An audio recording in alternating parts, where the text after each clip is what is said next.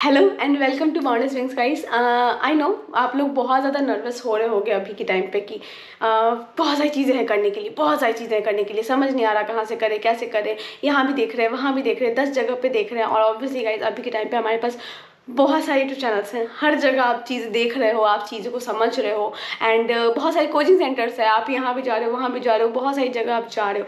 लेकिन क्या करें जब समझ में नहीं आ रहा है, क्या करें जब क्या हमें कोचिंग चेंज कर देना चाहिए अभी, क्या क्या अभी अभी क्या करना चाहिए। ये नर्वसनेस ना बहुत सारे बच्चों में है, ठीक है। तो मैं कहा नहीं बन रहा, आपको आज इस चीज़ का सोल्यूशन देने वाली हूँ।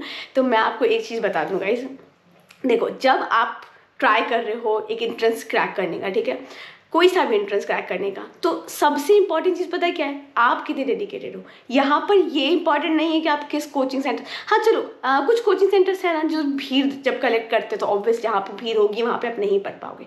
तो अगर आप ऐसी जगह पे हो तो ऑब्वियसली आपको खुद में पेशेंस होना चाहिए, आपको खुद से ही हार्ड वर्क करना पड़ेगा।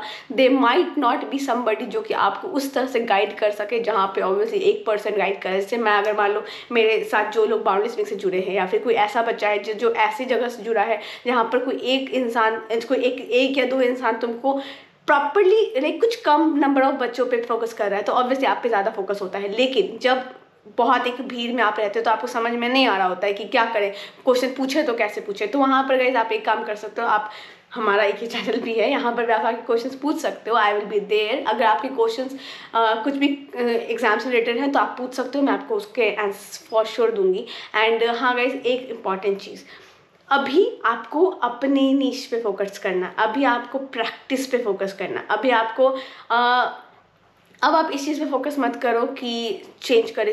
अब आप इस चीज़ फोकस करो कि जहाँ से बटोर सकते हो ना, ज्ञान बटोरो, ठीक है। अभी लास्ट के 1 मंथ बचे हैं, 2 मंथ बचे हैं, आप भूल जाओ कि आप कौन से कोचिंग से हो, किस कोचिंग से हो, कोचिंग चेंज करे नहीं करे, क्या करे नहीं करे। अब बस ऑनलाइन भी चीज़ें हो रही हैं, खुद से प्रैक्टिस करो, बस प्रैक्टिस करो। Only one thing can help you in this exam और entrance exam, practice, your practice, that's it. और हाँ गाइस, आपकी प्रैक्टिस कैसे इंप्रूव होगी? तो चीज़ों को ऑब्जर्व करने से, जो कि मैं हमेशा बोलती हूँ ऑब्जर्वेशन बहुत ज़रूरी है। एंड बहुत सारे बच्चे मेरे पास आते हैं कि मैम मैं यहाँ से पढ़ रहा हूँ, वहाँ से पढ़ रहा हूँ, समझ नहीं आ रहा। समझ कैसे आएगा जब आप यहाँ से ही पढ़ोगे, वहाँ से ही पढ़ोगे, और फिर दोनों चीज़ों को साथ में ऑब्वियसली 10 जगह की चीज़ों अगर आप सोचोगे तो आपको खिचड़ी बनेगा, ठीक है। बहुत, हर इंसान अलग अलग, हर फैकल्टी आपको अलग अलग चीज़ें बताएगी। और ऐसा नहीं है कि दोनों चीज़ जानना गलत है, आपको जानना है, लेकिन उस चीज़ को खिचड़ी नहीं बनाना। आपको एक मिडिल ग्राउंड पे आना है कि हाँ ठीक है, इन्होंने ये चीज़ बताया, इन्होंने ये बताया, तो दोनों में से आप क्या बेस्ट उठा सकते हो। अब आप सब उठाने लगोगे guys, won't work for you. आपको अब बेस्ट देखना है। आप ऑब्वियसली अभी के टाइम पे गाइस हमारे पास यूट्यूब चैनल है, हमारे पास बहुत सारी चीज़ें हैं, हमारे पास सोशल मीडिया है, हम लोग हर जगह चीज़ों को देख रहे हैं, कलेक्ट कर रहे हैं, समझ रहे हैं। लेकिन ये जो परेशानी है ना कि हाँ समझ में नहीं आ रही, समझ में आए, आप समझने की कोशिश करो इस तरह से कि आपको उसमें से बेस्ट निकालना है। एंड गाइस अब जो टाइमिंग चल रही है ना, ये आपके लिए बहुत क्रूशियल होने वाला है।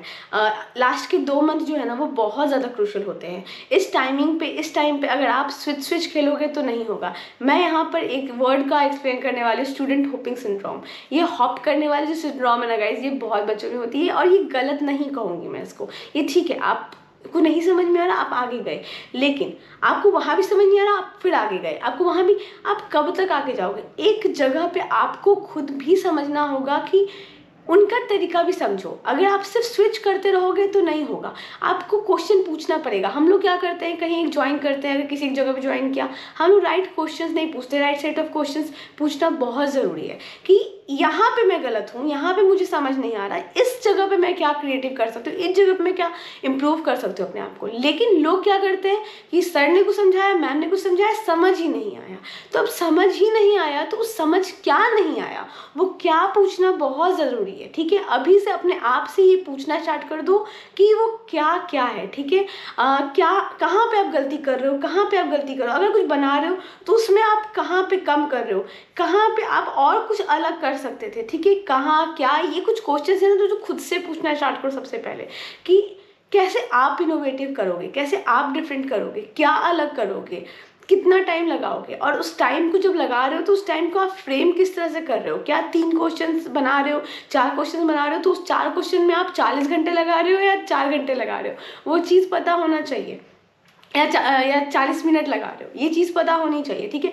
और हाँ, आपका जो टाइम आप लगा रहे हो वो टाइम जस्टिफाइड होना चाहिए। ऐसा नहीं है कि आपने 1 घंटा लगा के बस एक लाइन ड्राइंग करी और छोड़ के आगे, नहीं।